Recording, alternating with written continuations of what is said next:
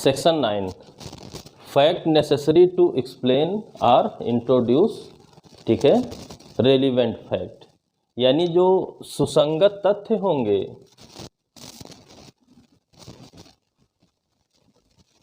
ठीक है, ये सुसंगत तथ्य हैं जो उनसे जुड़ी बात है, स्पष्टीकरण या पूरा स्थापन करना है इनका स्पष्टीकरण करना है या पूरा स्थापन करना है, ठीक है। ये सुसंगतता दी हुई है, रेलिवेंसी दी हुई है सेक्शन 9 में, ठीक है।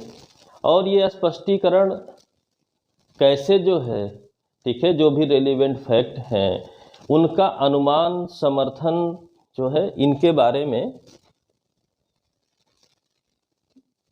अनुमान या समर्थन, ठीक है, यानी कि कोई भी तथ्य रेलिवेंट है, यह अनुमान प्रस्तुत करना, इसके पक्ष में किन्हीं बातों को, किन्हीं फैक्ट्स को लाया जा सके, ऐसे फैक्ट्स को लाने का रास्ता कहाँ पर खुला हुआ है, सेक्शन 9 में।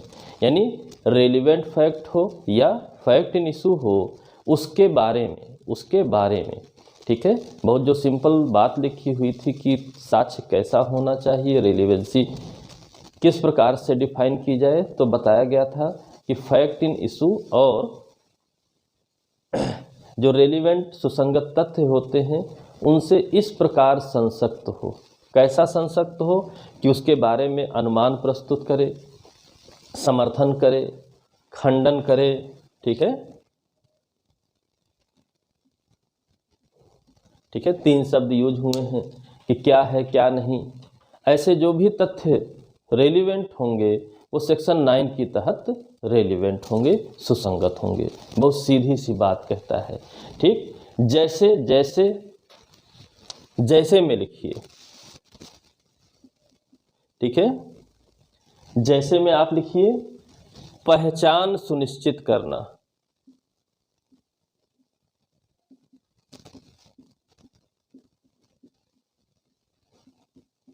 ठीक है, पहचान सुनिश्चित करना। तो कोई भी व्यक्ति आता है, ठीक, उसकी पहचान की जाती है, ये यही व्यक्ति हैं, ताकि वो सुसंगत तथ्यों का साक्ष्य दे सकें, ठीक। तो अगर कहीं पर एविडेंस में नहीं लिखा है, प्रक्रिया में उस बात को नहीं लिखा गया है, ठीक है, जो भी सक्षम होगा साक्षी होगा, अभी आगे पढ़ेंगे, तो सक्षम साक्षी होगा, सक्षम हो साक्षी हो, तो केस से जुड़ा हुआ भी तो हो, इस पहचान को भी तो सुनिश्चित करना है, ठीक है। पहचान सुनिश्चित कराते हो, ऐसी बात, ठीक है। किसी ने कुछ भी बताया है, ठीक है, उसके बारे में, अब उसकी रेलिवेंसी क्या है, यानी जो मीडिएट कर रहा है उसकी रेलिवेंसी क्या है। किसी पर आरोप लगा है, किसी को साक्षी के रूप में लाया जा रहा है, तो उसकी भी पहचान सुनिश्चित करनी पड़ेगी ताकि रेलिवेंट फैक्ट वो दे सके, ठीक। तो इस टाइप की बातें यहाँ पर सब सुसंगत हो जाती हैं, ठीक है। इसके साथ समय या स्थान, इनकी रेलिवेंसी का साक्ष्य देना होगा, तो हम सेक्शन 9 में देंगे, ठीक, कि समय स्थान जहाँ पर भी कोई भी फैक्ट इन इशू है, रेलिवेंट फैक्ट हैं, समय और स्थान भी उसमें रेलिवेंसी चाहिए, तो उसके लिए जो एविडेंस दिए जाएंगे, रेलिवेंट फैक्ट्स होंगे, वो धारा 9 के अंतर्गत दिए जाएंगे, ठीक है। यानी पहचान सुनिश्चित कहाँ होगी, धारा 9 के अंतर्गत, ठीक। समय या स्थान से संबंधित रेलिवेंट फैक्ट्स को न्यायालय के समक्ष लाया जा सकता है, किस धारा के अंतर्गत, धारा 9 के अंतर्गत। और साथ ही साथ पक्षकारों का संबंध कैसा रहा, ठीक है। कल शाम को झगड़ा हुआ था और झगड़े में ए ने बी को धमकी दी थी कि मैं तुम्हें देख लूँगा, और सुबह बी की लाश पाई जाती है, ठीक है। किसी ने ए को मारते हुए नहीं देखा है, लेकिन शाम के झगड़े में धमकी दी गई है कि मैं तुम्हें देख लूँगा, और सुबह बी मृत पाया जाता है, तो शंका की सुई किधर घूमेगी, रेलिवेंसी किधर की ओर जाएगी, सुसंगत तथ्य क्या बनेंगे, ठीक है। पक्षकारों के संबंध भी बताते हैं कि यहाँ पर यह बात सुसंगत होगी।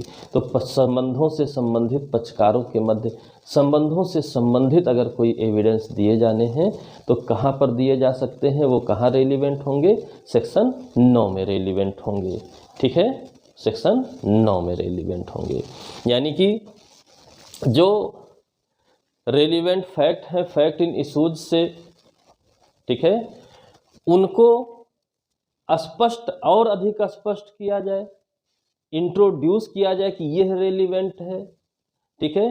क्यों है, उसके पक्ष में या विपक्ष में, समर्थन में या खंडन में अनुमान व्यक्त करने वाले फैक्ट, जैसे कि किसी की पहचान सुनिश्चित करना हो, समय या स्थान बताना हो, पक्षकारों के मध्य संबंध बताना हो, इस प्रकार के रेलिवेंट फैक्ट्स का साक्ष्य किस धारा के अंतर्गत दिया जा सकता है, धारा 9 के अंतर्गत दिया जा सकता है, ठीक। यानी कि बेयर एक्ट बड़ी सीधी सी बात कहती है, ठीक है।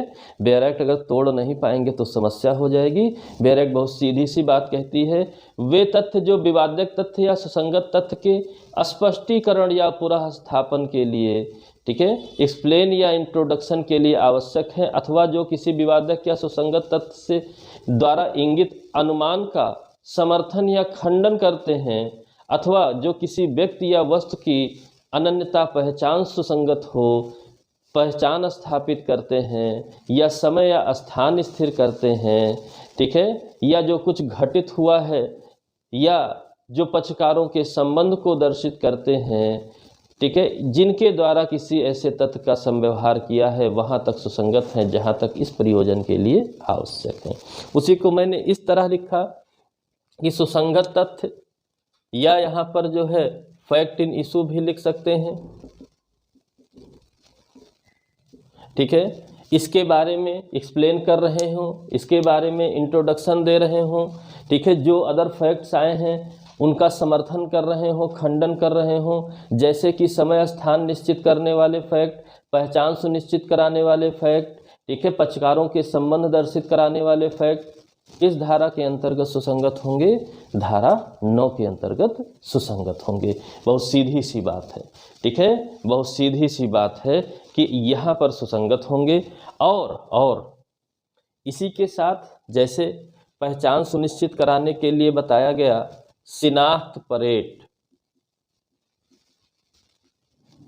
ठीक है, ये इंडिविजुअल क्वेश्चन के हिसाब से देखा जाए तो बहुत बार प्रश्न आया हुआ है, किसी के द्वारा ली जा सकती है,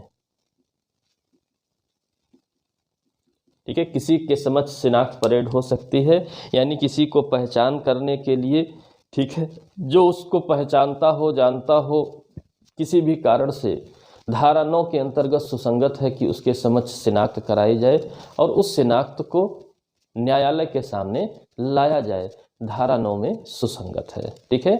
बहुत क्लियर कट है, कोई ज़्यादा जो है उलझने की आवश्यकता नहीं है, ठीक, बहुत सीधी सीधी बातें हैं, ठीक है। यानी कि फैक्ट इन इशू या रेलिवेंट फैक्ट के इंट्रोडक्शन के लिए, एक्सप्लेनेशन के लिए, ठीक है, जो भी फैक्ट होंगे वो धारा 9 में सुसंगत होंगे। इनसे रिलेटेड रेलिवेंट फैक्ट्स के बारे में पॉजिटिव या निगेटिव जो भी अनुमान व्यक्त करना है, यानी समर्थन या खंडन किया जाना है, धारा 9 में सुसंगत होंगे।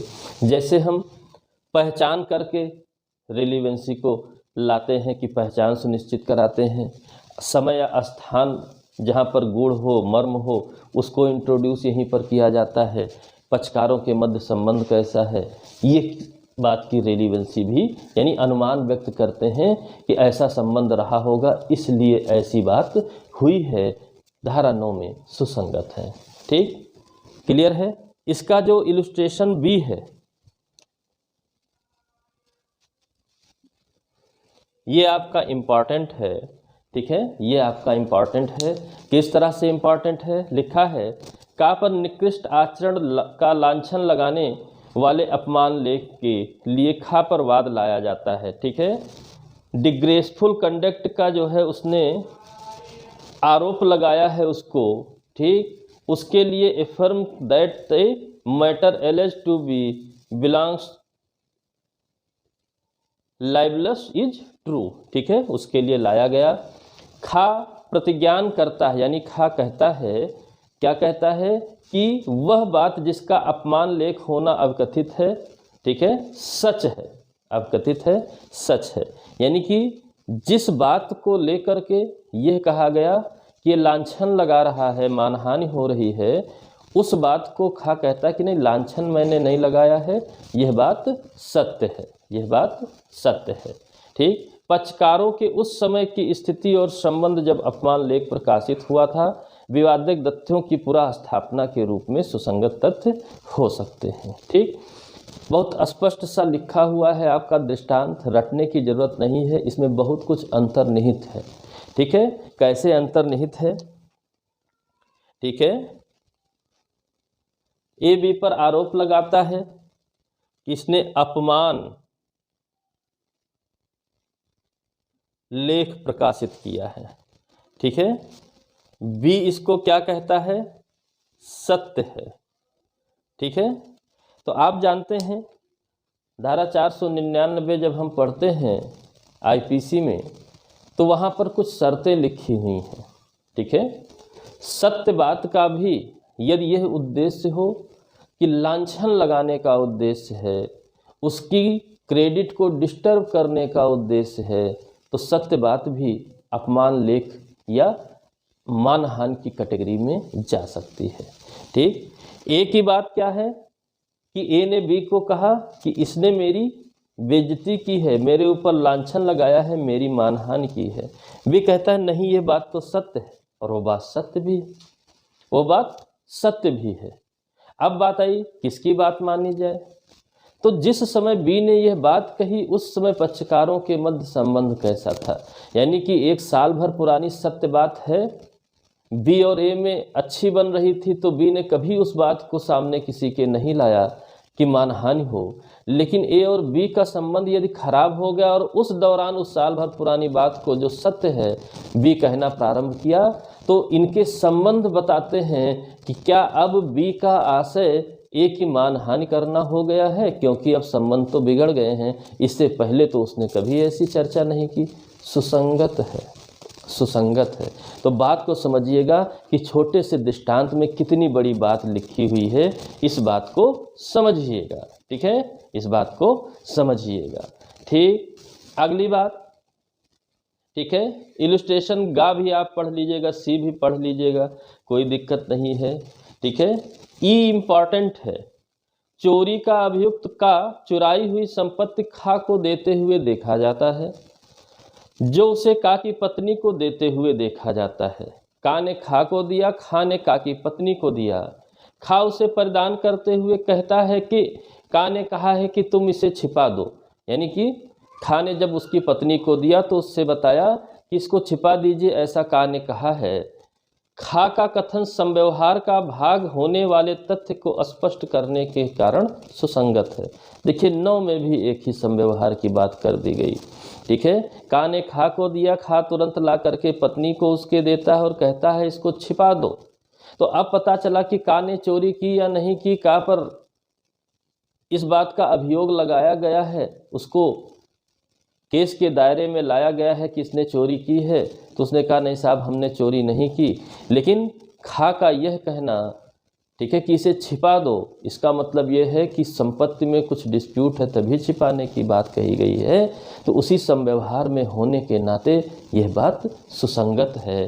ठीक है, ऐसा दृष्टांत में लिखा हुआ है। ठीक, बहुत सीधी सी बात।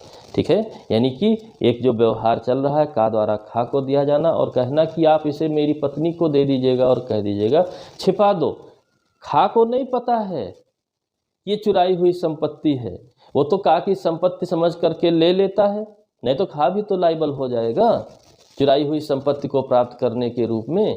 बस वो का की संपत्ति को जानते हुए ले लेता है और उसकी पत्नी को देते हुए कहता है कि का ने कहा है छिपा दो।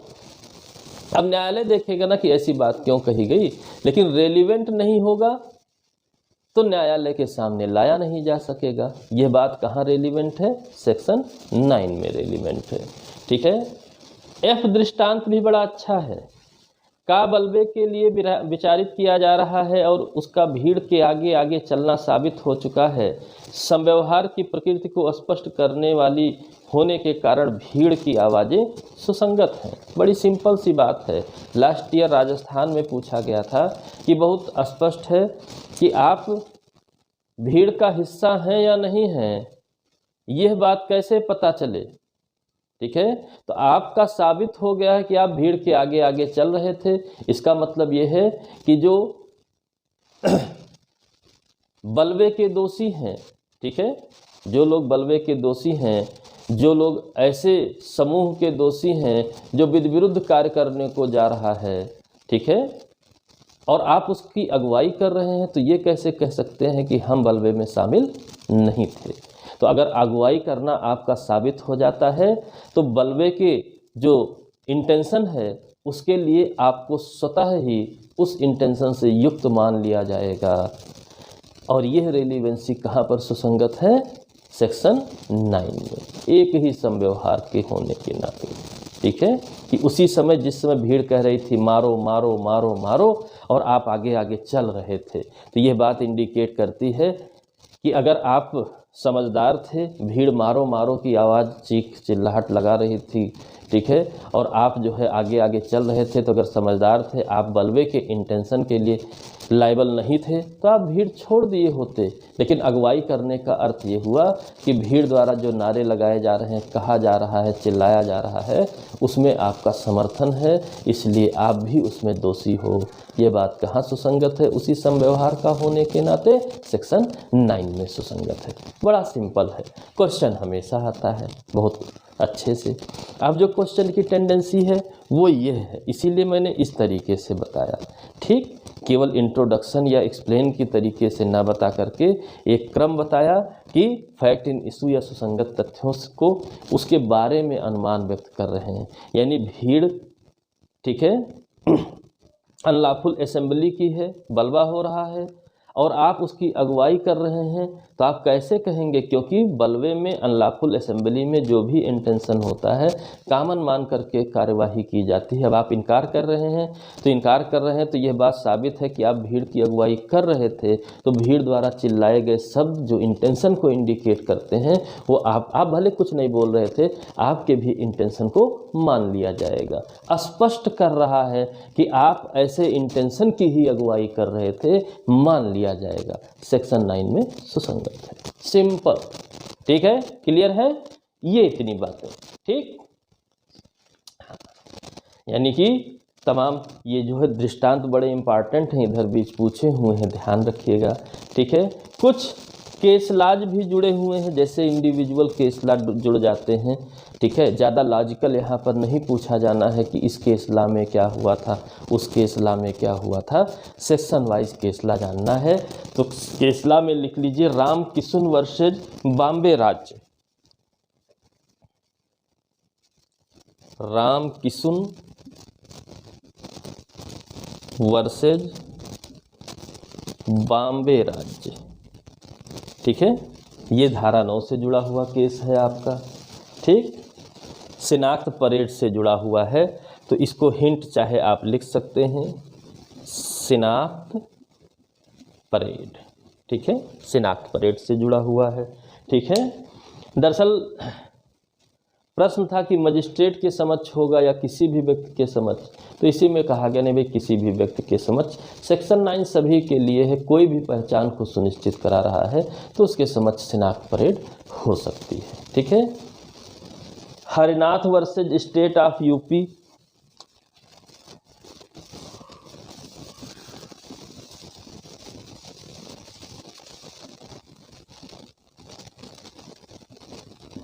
यह केस ला भी इससे जुड़ा हुआ है। Ramnath versus state of Tamil Nadu.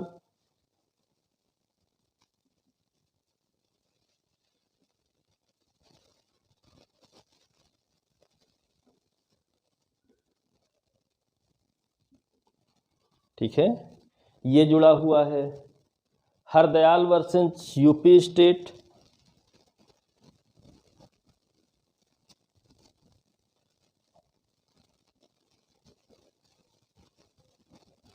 ये जुड़ा हुआ है, हरदयाल वर्सेज यूपी स्टेट जुड़ा हुआ है, ठीक है।